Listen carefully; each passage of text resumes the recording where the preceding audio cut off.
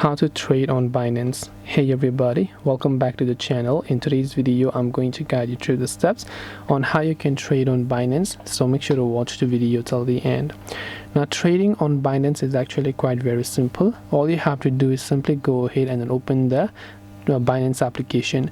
Now, trading over here simply means that buying a cryptocurrency in a short and a lower price and selling them for a higher price, right? So here you can see a values that has increased and decreased based on the crypto that you are willing to trade.